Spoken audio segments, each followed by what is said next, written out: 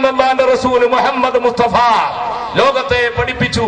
അവിടെ തന്നെയാണ് തർക്കങ്ങൾക്ക് പരിഹാരമുണ്ടാക്കിയിരുന്ന കോടതി. പ്രശ്നങ്ങൾ പരസ്പരം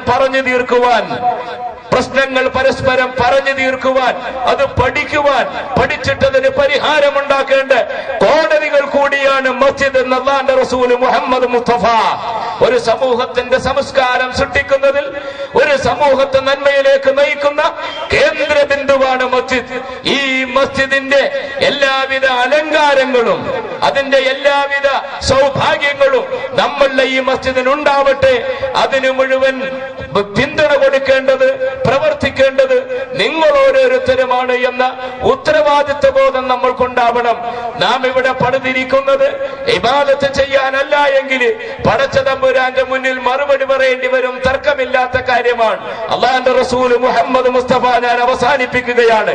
പ്രവാചകൻ പറയുന്നു, നീ വുളു ചെയ്യുമ്പോൾ, അംഗസ്നാനം വരുത്തുമ്പോൾ, അതായത് പടച്ചതിന് വേണ്ടി നിസ്കരിക്കാനാണ് നീ വുളു ചെയ്യുന്നത്, അംഗസ്നാനം വരുത്തുന്നത്, നിന്റെ മുഖത്ത് വെള്ളം കോരി ഒഴിക്കേണ്ടത് 3 പ്രാവശ്യമാണ്.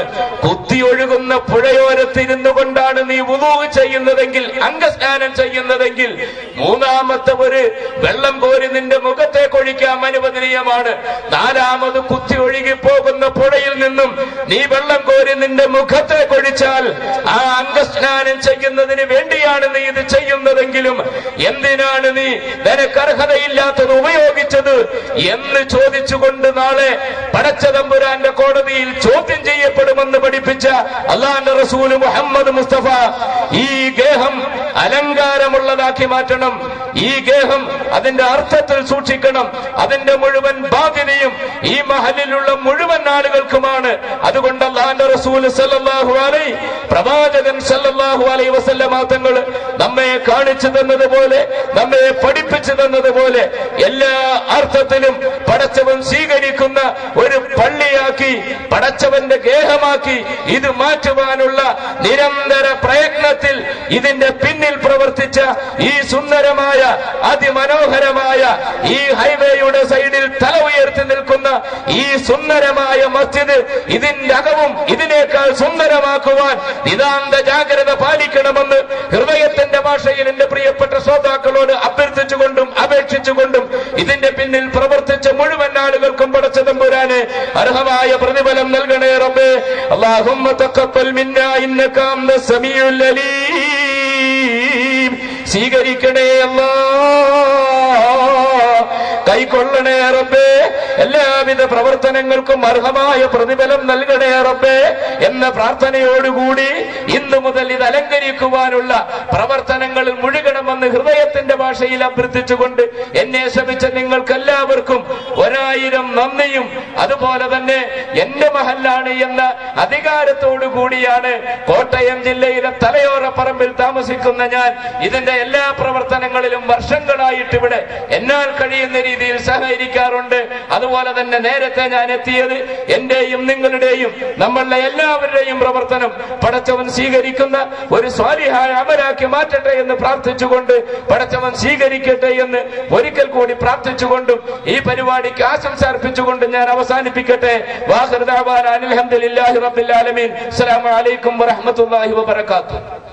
യോഗാധ്യക്ഷൻ, ബഹുമാനായ ഈ മസ്ജിദിന്റെ നിർമ്മാണ കമ്മിറ്റിയുടെ ചെയർമാൻ ശ്രീ ഉസ്മാൻ കല്ലാട്ടയിൽ, വേദിയിലും സദസ്സിലുമുള്ള ബഹുമാന്യരെ, പ്രിയമുള്ളവരെ, ഈ ഹൈവേയോട് ചേർന്ന് അതിമനോഹരമായി ഈ നാടിന്റെ മുഴുവൻ സംസ്കാരവും പാരമ്പര്യവും ഉയർത്തിപ്പിടിക്കുന്ന രീതിയിൽ അതിമനോഹരമായ ഒരു ദേവാലയം ഇന്ന് നിർമ്മിച്ചിരിക്കുകയാണ്.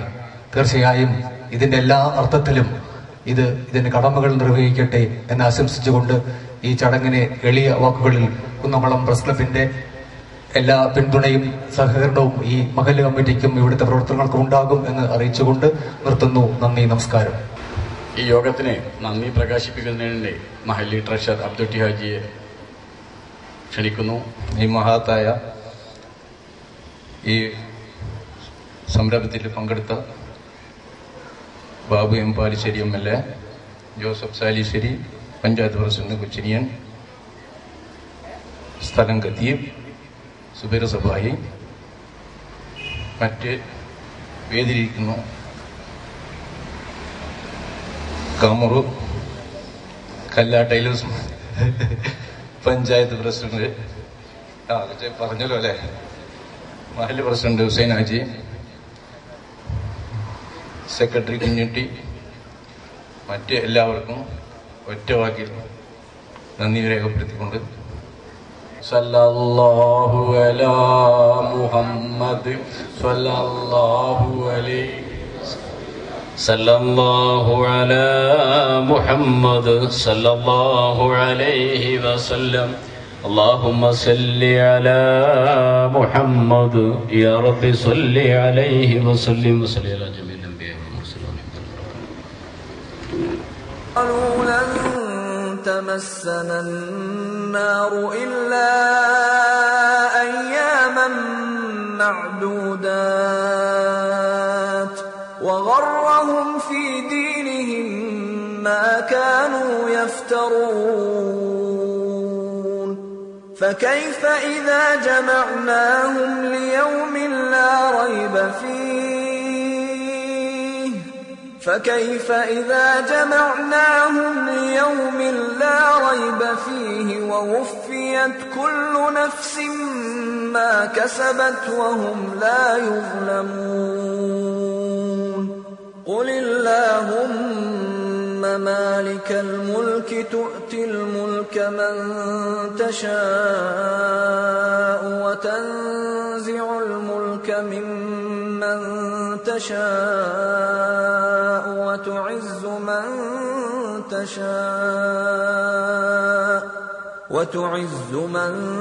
تشاء وتذل من تشاء بيدك